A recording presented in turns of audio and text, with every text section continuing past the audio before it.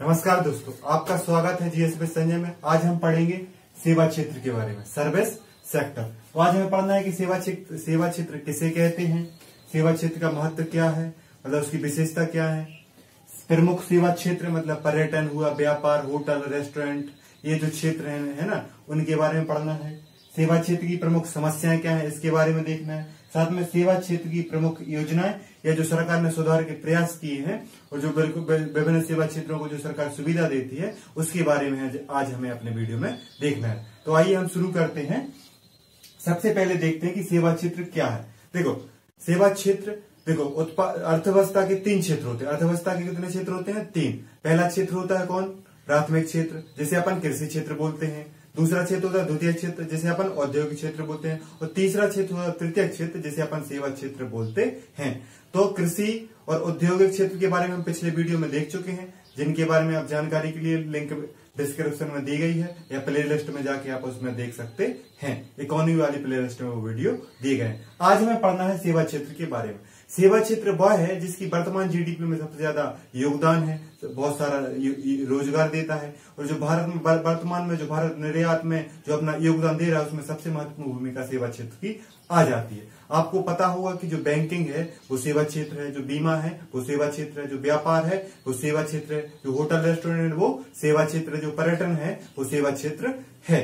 तो अपन जैसे इसकी परिभाषा देखें कि सेवा क्षेत्र क्या है, तो अपन देखते हैं। इसकी परिभाषा देखें तो सेवा क्षेत्र अर्थव्यवस्था का वह क्षेत्र है, सेवा क्षेत्र अर्थव्यवस्था का वह क्षेत्र है जो उपभोक्ताओं की विभिन्न प्रकार की सेवाएं प्रदान करता है। मतलब सेवा क्षेत्र किसे कहेंगे? जो अर्थव्यवस्था में विभिन्न उपभोक्ताओं को विभिन्न प्रकार की सेवाएं प्रदान करता है, उसे सेवा क्षेत्र कहते हैं। इसी को तृतीय क्षेत्र बोला गया है।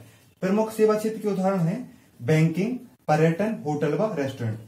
आपने अनुभव किया होगा कि जब आप कभी रेस्टोरेंट में खाना खाने जाते हैं तो उसमें एक सर्विस टैक्स लगाया जाता है, सेवा शुल्क लगाया जाता है। मतलब रेस्टोरेंट और होटल क्या है? आपको सेवा देने के कार्य करते हैं। बैंकिंग आपको क्या करती है? सेवा या सर्विस देने का कार्य करती है। और पर्यटन में भी आपको सर्विस दी जाती है। ऐसा ही काम जिसमें विभिन्न प्रकार की सेवाएं दी जाती हैं, उस क्षेत्र को अपन सेवा सेक्टर या सेवा क्षेत्र या सर्विस सेक्टर बोला जाता है।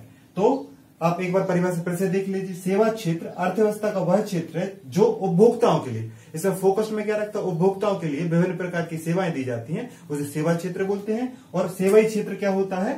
तृतीयक। जो तृतीयक क्षेत्र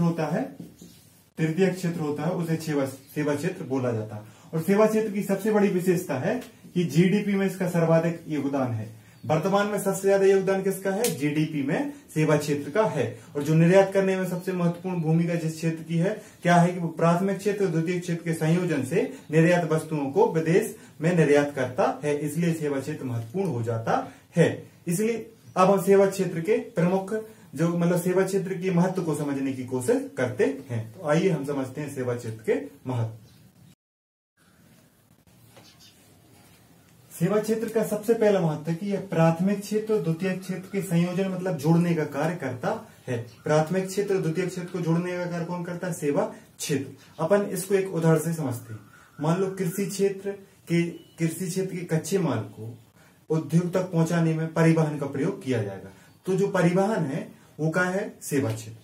तो मतलब कृषि क्षेत्र के माल को अच्छी कीमत दिलाने के लिए, उद्योगों को कच्चा माल प्राप्त कराने के लिए सेवा क्षेत्र महत्वपूर्ण हो जाता है, क्योंकि वो क्या है? परिवहन की सुविधा प्रदान करता है। एक दूसरा उदाहरण देखें कि प्राथमिक और द्वितीय क्षेत्र का संयोजन सेवा क्षेत्र कैसे करता है। तो दूसरा उदाहरण है कि वित्त की व्यवस्था। बैंक ही कृषि के लिए ऋण देते हैं, बैंक ही उद्योगों के लिए ऋण देते हैं। तो ये जो प्राथमिक क्षेत्र और द्वितीय क्षेत्र की जो हेल्प करना है, उनको जोड़ने का कार्य वो कौन करता है? सेवा क्षेत्र। इसलिए अपना सेवा क्षेत्र महत्वपूर्ण हो जाता है। मतलब आप सेवा क्षेत्र की मदद करेंगे तो सेवा क्षेत्र की मदद करेंगे तो क्या प्राथमिक क्षेत्र की मदद हो जाएगी और द्वितीय क्षेत्र की मदद हो जाएगी। इसीलिए सेवा क्षेत्र को महत्वपूर्ण स्थान दिया जाता है, इसलिए सेवा क्षेत्र हमारे लिए महत्वपूर्ण हो जाता है। अगर दूसरा देखें, दूसरा है भारत की जीडीपी में प्रभुत्वशाली योगदान। लगभग 54% योगदान सेवा क्षेत्र देता है। जीडीपी ग्रोस डोमेस्टिक प्रोडक्ट, सकल घरेलू उत्पाद में मतलब देश में एक वर्ष में जो उत्पादन होता है उसमें लगभग 54% कौन करता है? सेवा क्षेत्र उत्पादन करता है अपनी सेवाओं के माध्यम से। देखो प्रतिशत में इधर उधर हो सकता है, अपन ने आंकड़े जो देखे आपको लगभग, लेकिन 50% से अधिक ही सेवा क्षेत्र का जीडीपी में उत्पादन में मतलब देश के कुल उत्पादन में लगभग 50% अधिक योगदान होता है, इसलिए सेवा क्षेत्र महत्वपूर्ण हो जाता है।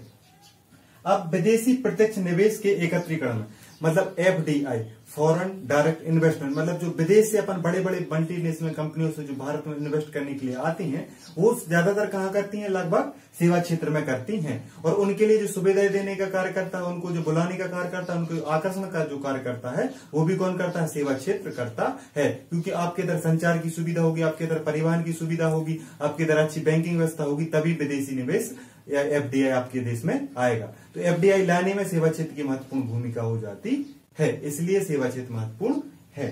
चौथे नंबर पे देखें तो रोजगार देने में भी सेवा क्षेत्र महत्वपूर्ण है। रोजगार देने में भी सेवा क्षेत्र महत्वपूर्ण है। लगभग 29% रोजगार सेवा क्षेत्र देता है। आप देखेंगे बैंकिंग में, होटल में, परिवहन में, संचार में, है ना, जो न्यूज एंकर है, न्यूज चैनल है, वो रोजगार दे रहे हैं। संचार के क्षेत्र में, है ना, आप देखेंगे बैंकिंग क्षेत्र में कितना रोजगार है। आप देखेंगे सबसे ज्यादा जो रोजगार उन्मुख क्षेत्र उसमें बैंकिंग क्षेत्र महत्वपूर्ण है। तो रोजगार देने लगभग 29% रोजगार कहां से प्राप्त कर रहे हैं, युवा या लोग, देश के लोग रोजगार सेवा क्षेत्र से प्राप्त कर रहे हैं। और निर्यात में महत्वपूर्ण भूमिका, लगभग 40%, जो भारत कुल 100% कर दो, उसका 40% में भूमिका किसकी है, सेवा क्षेत्र में। अगर अपन समझने की कोशिश करें तो लगभग 100% में सहयोग कौन करता है, सेवा क्षेत्र। 40% निर्यात तो वो करता ही है, सहयोग 100% में करता है। क्योंकि कृषि का कच्चा माल, उद्योगों द्वारा उत्पादित माल सेवा क्षेत्र के माध्यम से ही पहुंचेगा। क्योंकि अगर संचार विज्ञापन नहीं दिया जाएगा तो कच्चा माल और उत्पादन माल की कोई वैल्यू नहीं होगी। परिवहन के माध्यम से अगर पहुंचाया नहीं जाएगा और बैंकिंग माध्यम ऋण नहीं देगा, तो सेवा क्षेत्र जब तक सहयोग नहीं करेगा, जो अपन ने पहले पॉइंट में समझा है कि प्राथमिक और द्वितीयक क्षेत्र का संयोजन जब सेवा क्षेत्र के माध्यम से किया जाता है, तो निर्यात में महत्वपूर्ण भूमिका हो जाती है सेवा क्षेत्र की। क्योंकि कृषि का कच्चा माल, उद्योगों का उत्पादित माल सेवा क्षेत्र के माध्यम से विदेशों में निर्यात किया जाता है, इसलिए सेवा क्षेत्र निर्यात में सबसे महत्वपूर्ण भूमिका निभाता है। एक पॉइंट देखें, संचार क्रांति मतलब क्या है, जो न्यूज चैनल है या जो संचार की सुविधा है, इंटरनेट है, वो सेवा क्षेत्र के अंतर्गत आती है। और जो संचार क्रांति है उसमें सेवा क्षेत्र की महत्वपूर्ण भूमिका है। कंप्यूटर में आप देख लो, सॉफ्टवेयर तैयार कौन कर रहा है, सेवा क्षेत्र। जो एप्लीकेशन को संचालित कौन कर रहा है, सेवा क्षेत्र। जो बैंक आपके घर घर है, आपके मोबाइल आपके हाथ में जो बैंकिंग सुविधा है, वो आपको कौन मुहैया करा रहा है, सेवा क्षेत्र। तो सेवा क्षेत्र इसलिए महत्वपूर्ण हो जाता है क्योंकि एक देश के संचार में, एक देश के परिवहन में, एक देश के प्राथमिक और द्वितीयक क्षेत्र को जोड़ने में, उसकी जीडीपी में, उसके निर्यात में सेवा क्षेत्र महत्वपूर्ण होता है। इसलिए सेवा क्षेत्र के महत्व को समझना जरूरी था, जो अपन ने देखा। अब हम देखेंगे कि प्रमुख सेवा क्षेत्र क्या क्या है। अपन को परिवहन के बारे में, पर्यटन के बारे में, आदि के बारे में देखना है। तो आइए प्रमुख सेवा क्षेत्र को अपन एक एक करके देखते हैं। तो प्रमुख सेवा क्षेत्र देखो, बैंकिंग क्षेत्र होता है, पर्यटन क्षेत्र होता है, होटल व रेस्टोरेंट क्षेत्र होता है, और संचार सुविधा। ये आपस में कनेक्टेड चीजें हैं। तो सबसे पहले अपन देखें बैंकिंग क्षेत्र। तो लगभग 13.5% का योगदान सेवा क्षेत्र में बैंकिंग क्षेत्र दे रहा है। अब देखो, बैंकिंग क्षेत्र की भूमिका की बात करें तो बैंकिंग क्षेत्र क्या है, कृषि क्षेत्र हुआ, औद्योगिक क्षेत्र हुआ, उसके लिए ऋण या वित्त की सुविधा प्रदान करता है। साथ में बीमा के द्वारा उसे सुरक्षा प्रदान करता है ना।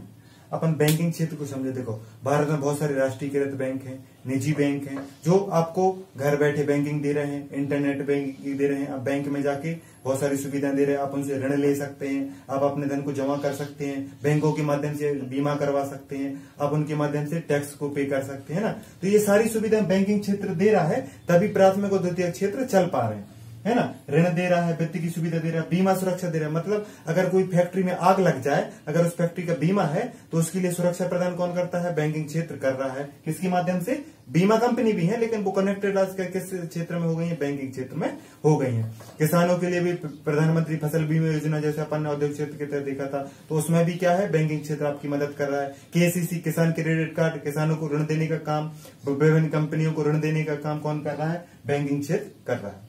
आपने देखा होगा जो विजय माल्या वाला बैंकिंग घोटाला है, वो भी सेवा क्षेत्र को प्रभावित करने में वो उनकी महत्वपूर्ण भूमिका है, क्योंकि वो आपकी मदद के लिए देते हैं। लेकिन जब भगौड़े लोग कर देते हैं तो उससे बैंकिंग क्षेत्र प्रभावित, मतलब सेवा क्षेत्र प्रभावित हुआ, तो प्राथमिक क्षेत्र और द्वितीयक क्षेत्र दोनों प्रभावित हो जाते हैं।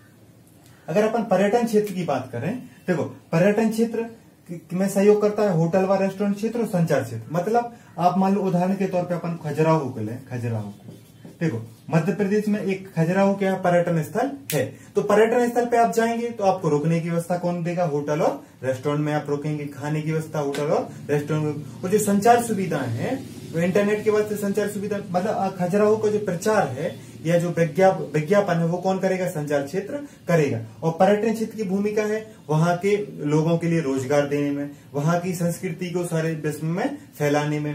और पर्यटन क्षेत्र आपको पैसा भी दे रहा है ना, क्योंकि वो होटल और सहयोग क्षेत्र में कर रहा है। कृषि क्षेत्र के उत्पाद वहां पहुंचेंगे तो उसका उपभोग करके होटल वाले उसको पैसे देंगे, है ना। तो ये सारी चीजें पर्यटन क्षेत्र इसलिए महत्वपूर्ण हो जाता है क्योंकि वो बहुत सारी आपके लिए वो आधारभूत संरचना प्रदान कर देता है वहां। मतलब पर्यटन क्षेत्र रोजगार दे रहा है, कृषि क्षेत्र का और औद्योगिक क्षेत्र का उत्पादन की हुए वस्तुओं को उपभोग कर रहा है ना। और साथ में संचार जो क्षेत्र है उसके लिए बहुत सारी सुविधाएं उपलब्ध करा रहा है, क्योंकि ये देखो इनको विज्ञापन, संचार क्षेत्र को विज्ञापन मिल जाता है तो उससे पैसा और रोजगार की उनकी आपूर्ति हो जाती है। अगर होटल और रेस्टोरेंट वाला देखें तो देखो किसी भी व्यक्ति के लिए कहीं पे रुकना हो, कोई काम करना हो, किसी भी चीज, कोई देखो व्यापारिक यात्रा हो सकती है, आप निर्यात कर रहे हैं तो आपको बंदरगाह क्षेत्र में किसी कंपनी के लोग निर्यात करने जा रहे हैं तो वहां पर रुकने के लिए, खाने के लिए सुविधा कौन प्रदान करता है, होटल व रेस्टोरेंट क्षेत्र करता है। मतलब कृषि क्षेत्र में अगर कोई कार्य कर रहा है तो उसके जो उत्पाद है उसका उपयोग भी कौन करता है, रेस्टोरेंट, क्योंकि एक आलू है, टमाटर है, उनका उपयोग अगर होटल वाले उनसे डायरेक्ट संपर्क में आ जाते हैं तो उनके दाम को, उचित दाम उनको मिल जाता है। तो जो होटल रेस्टोरेंट क्षेत्र ये आते तो सेवा क्षेत्र में, लेकिन सहयोग किसको करते हैं, प्राथमिक और द्वितीयक क्षेत्र को करते हैं। और संचार क्षेत्र ऐसा है वर्तमान में आप जो देख रहे हैं, संचार या जो टेक्नोलॉजी आप देख रहे हैं वर्तमान में, ऑनलाइन पढ़ाई कौन करा रहा है, संचार क्षेत्र, है ना। जो वर्तमान कोरोना के दौर में जो बहुत सारी ऑनलाइन मीटिंग्स है, मतलब जो संचार सेवाएं हैं वर्तमान में कोरोना के दौर में सबसे महत्वपूर्ण भूमिका निभा रही है, क्योंकि आपको बैंक जाने की जरूरत नहीं है, आप ऑनलाइन ट्रांजैक्शन कर सकते हैं। वो किसके माध्यम से हो रहा है, संचार के माध्यम से। आप अपनी कोचिंग का, आप अपनी दुकान का, सभी चीजों की मीटिंग का, इन सब चीज का विज्ञापन कहां पर कर सकते हैं, आप संचार सेवाओं के माध्यम से कर सकते हैं। तो वर्तमान में सबसे महत्वपूर्ण भूमिका निभा रहा है संचार सेवाओं वाला क्षेत्र, क्योंकि ये जो होटल रेस्टोरेंट है, पर्यटन क्षेत्र, ये बैंकिंग क्षेत्र, इनसे आप डायरेक्ट संपर्क साधना पड़ता है जो कोरोना के दौर में मुश्किल हो रहा है। तो ये कुछ महत्वपूर्ण सेवा क्षेत्र थे। अब हम देखते हैं कि सेवा क्षेत्र की प्रमुख समस्याएं क्या है। उसके महत्व को, प्रमुख क्षेत्रों को देख लिया, अब उसकी समस्याओं को देख लेंगे तो आपको समझ में आ जाएगा फिर सरकारी योजनाएं किस प्रकार से चला रही है। देखो सेवा क्षेत्र की समस्याएं, चुनौतियां देखें, मतलब सेवा क्षेत्र के सामने कौन कौन सी समस्याएं आती हैं, कौन कौन सी चुनौतियां हैं जिसकी वजह से सेवा क्षेत्र पिछड़ जाता है। और साथ साथ सेवा क्षेत्र की मतलब उत्थान के लिए या सेवा क्षेत्र का महत्व जो अपन ने समझा उसको स्थापित करने के लिए इन समस्याओं को दूर करना होगा। तो अपन समस्याएं देख लेते हैं। देखो सबसे बड़ी समस्या भारत में बुनियादी अवसंरचना का अभाव होना है। देखो बुनियादी अवसंरचना क्या होती है कि सही से विद्युत आपूर्ति नहीं है, सही से परिवहन की सुविधा उपलब्ध नहीं है, ना विद्युत आपूर्ति हो पाती है, ना परिवहन की सुविधा उपलब्ध होता है।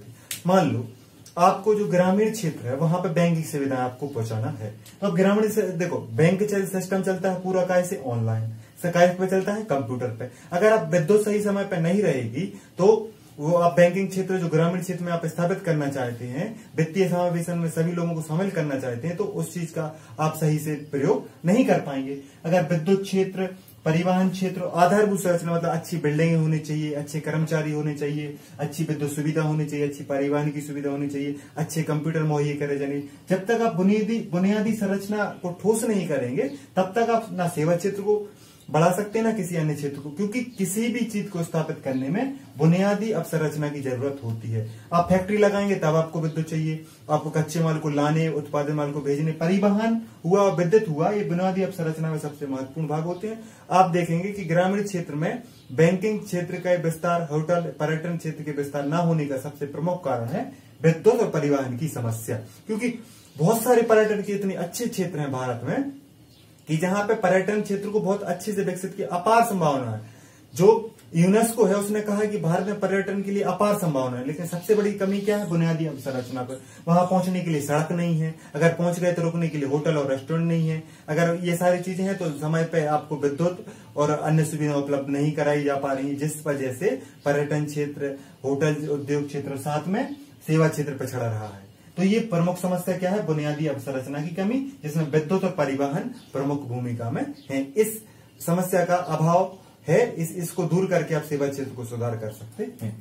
प्राथमिक और द्वितीयक क्षेत्र की समस्याओं का दुष्प्रभाव सेवा क्षेत्र पर पड़ता है। ये सबसे बड़ी चुनौती है सेवा क्षेत्र के लिए, और समस्या भी है कि देखो, प्राथमिक क्षेत्र मतलब कृषि में उत्पादन नहीं हुआ तो सेवा क्षेत्र को नुकसान होगा, क्योंकि जो ऋण लिए हैं किसान, तो वो ऋण लिए हैं तो वो ऋण का भुगतान नहीं करेंगे, और जो जिनने बीमा करा रखा उनको भुगतान पड़ेगा। तो प्राथमिक क्षेत्र और द्वितीय क्षेत्र मान लो, जैसे भैया मान ले, जैसे भगोड़े जो फैक्ट्री उद्योग लगाने के लिए पैसे लिए वो भाग जाएंगे, तो इसका प्रभाव बैंकिंग क्षेत्र मतलब सेवा क्षेत्र पर पड़ेगा। तो जो प्राथमिक क्षेत्र और द्वितीय क्षेत्र में जो समस्याएं होती है उसका दुष्प्रभाव किस पर पड़ता है? सेवा क्षेत्र पर पड़ता है। भ्रष्टाचार और नौकरशाही। भ्रष्टाचार ऐसे आप देखो, जे नीरव मोदी हुए, विजय माल्या हुए, या बहुत सारी बैंकिंग घोटाले आप देख रहे हैं, उसमें क्या भ्रष्टाचार है तभी, और नौकरशाही है। मतलब जो व्यक्ति चेक करने की चाहत रखता है वो उस पद पे है नहीं, जो पद पे है वो भ्रष्टाचार कर लेता है। तो जो नौकरशाही है और जो भ्रष्टाचार है वो बैंकिंग घोटालों को, बीमा घोटालों को, विभिन्न अवसंरचना की जो अभाव है,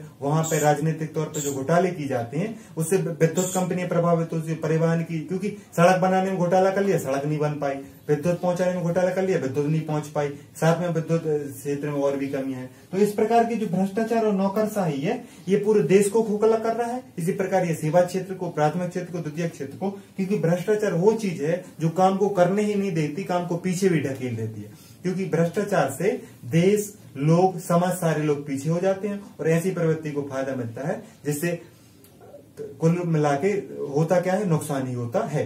तो भ्रष्टाचार और नौकरशाही भी सेवा क्षेत्र को समस्या है और उसकी चुनौती है, इसको दूर करने की आवश्यकता है। इसके बाद अपन देखें कानूनी समस्या। देखो, कानूनी समस्या इस प्रकार है कि मान लो कि कोई भगोड़ा भग गया, तो बैंकिंग उस क्षेत्र पे उससे वसूली नहीं कर पाएगा। उसको मतलब अगर वो बैंकरप्सी कोड उसने लगा भी दिया, तो कंपनियों के पास इतने अधिकार, इतना समय दिया जाता है कि बैंक अपना ऋण लेने में उसका बैंक का ही खर्चा हो जाएगा, जिसने ऋण नहीं चुकाया उसको उतना ज्यादा नुकसान नहीं होता है। तो बहुत सारे कानून ऐसे हैं कि आप कंपनी घाटे में लगातार चल रही है, तो आप उसको ऋण देने की कोशिश करेंगे, ये नहीं कि उस फैक्ट्री या उस कंपनी को बंद कर दें, क्योंकि बैंकिंग क्षेत्र पे इतना दबाव दिया जा रहा है। क्योंकि देखो, बैंकिंग क्षेत्र पर दबाव दिया जाएगा तो अन्य क्षेत्र भी प्रभावित होंगे, और सेवा क्षेत्र का प्रभाव विभिन्न क्षेत्रों में पड़ता है, विभिन्न क्षेत्र का प्रभाव सेवा क्षेत्र पड़ता है। इसलिए कुछ जो कानूनी समस्या है, कुछ ऐसे जो समाधान है, कुछ अधिनियम है, उनमें चेंजेस करने की जरूरत है कि जो लोग भाग गए हैं या जो घोटाले कर रहे हैं उन पर तुरंत कार्रवाई करने की जरूरत है। उनकी संपत्ति को अटैच करने की जरूरत है। उनकी संपत्ति को तुरंत नीलाम करके जो भी आपूर्ति हो सकती है वो तत्कालीन समय में की जानी चाहिए। आप विनिवेश देख रहे हैं, जैसे वर्तमान में एयर इंडिया का बेनिवेश लगभग 1.5 साल से चल रहा है, लेकिन हो ही नहीं पा रहा है। तो ये कानूनी समस्या बहुत सारी हैं, जिस वजह से सेवा क्षेत्र पिछड़ता है और सेवा क्षेत्र में कमियां आती हैं। अतः इन बहुत सारी अपन ने महत्वपूर्ण समस्याएं, चुनौती देख ली है। इनको जो दूर करने के लिए जो प्रमुख योजनाएं चलाई गई हैं, अपन उनके बारे में देखते हैं। अगर सेवा क्षेत्र की देखो, जो अपन ने समस्याएं देखी, उनको दूर करने के लिए सरकार ने जो पहले की योजनाएं चलाई, उसमें अगर सबसे पहले देखें तो बैंक, देखो मतलब पूंजी को बड़ा करने के लिए, बैंकिंग व्यवस्था को मजबूत करने के लिए बहुत सारे बैंकों का विलय कर दिया गया, और साथ में बैंकों को पूंजी भी बजट के माध्यम से बैंकों को पूंजी की पूर्ति भी की गई, जिससे बैंक मजबूती से काम कर सके, है ना। साथ में बैंकों के लिए एक मतलब बैंकिंग व्यवस्था को सुदृढ़ करने के लिए बहुत सारे अधिनियम और निर्देश बनाए, जिससे बैंकिंग व्यवस्था को मजबूत किया जा सके। तो बैंकों का विलय करना, उनकी पूंजी प्रदान करना, उसकी अवसंरचना निर्माण के लिए मंडल तैयार करना भी बहुत बड़ी पहल है सरकार की, जिससे बैंकिंग क्षेत्र में मतलब की सुधार के आसार हैं। साथ में बैंकिंग क्षेत्र को बढ़ाने के लिए बहुत सारे, जैसे भीम ऐप को देख सकते हैं आप, है ना, गूगल पे वगैरह, इन सारी चीज के माध्यम से घर बैठे या मोबाइल के माध्यम से आप बैंकिंग सुविधा का प्रयोग कर सकते हैं। ये भी क्योंकि जो भीम वाला ऐप है, यूपीआई वाला जो सिस्टम है, यूपीआई है वो सरकार की पहल है, उसी के माध्यम से बैंकिंग सुविधा आप मोबाइल के द्वारा प्राप्त कर सकते हैं। तभी बैंकिंग सुविधा का विस्तार व्यक्ति तक घर बैठे हो सकता है। साथ में पर्यटन के विकास के लिए एक महत्वपूर्ण योजना स्वदेश दर्शन योजना चलाई जा रही है, जिसका कर्ता धर्ता कौन है? पर्यटन मंत्रालय। इसमें देखो बहुत सारे परिपथ बनाए गए, जैसे रामायण परिपथ, बौद्ध परिपथ, कृष्ण परिपथ। देखो इनका मतलब है कि जो रामायण से विभिन्न स्थल जुड़े हैं, जैसे आप अयोध्या ले लो, आप रामेश्वरम ले लो, या बहुत सारे जो राम जहां जहां पे गए हैं उन स्थानों को, जैसे चित्रकूट ले लो, उन स्थानों को दर्शन करने के लिए योजनाएं चलाई गई, ऐसे परिपथ बनाए गए हैं। उस योजना का नाम है क्या? स्वदेश दर्शन योजना। जैसे बुद्ध के जन्म से जुड़े स्थानों की पर्यटन के तौर पर विकसित करने के लिए उनके लिए बौद्ध परिपथ चलाया गया, रावण परिपथ, कृष्ण के लिए कृष्ण परिपथ, ऐसे परिपथ स्वदेश दर्शन योजना के लिए चलाए गए हैं, जो पर्यटन के विकास में महत्वपूर्ण होगा। क्योंकि पर्यटन का विकास होगा तो सेवा क्षेत्र, क्योंकि पर्यटन में आप सेवा क्षेत्र में बैंकिंग क्षेत्र का विकास, बैंकिंग क्षेत्र की महत्वपूर्ण भूमिका होती है, होटल रेस्टोरेंट की होती है, रोजगार भी मिलता है, साथ में स्थानीय संस्कृति या स्थानीय लोगों को भी पर्यटन का फायदा होता है। तो ये सेवा क्षेत्र के विकास से औद्योगिक और कृषि क्षेत्र को भी फायदा होगा।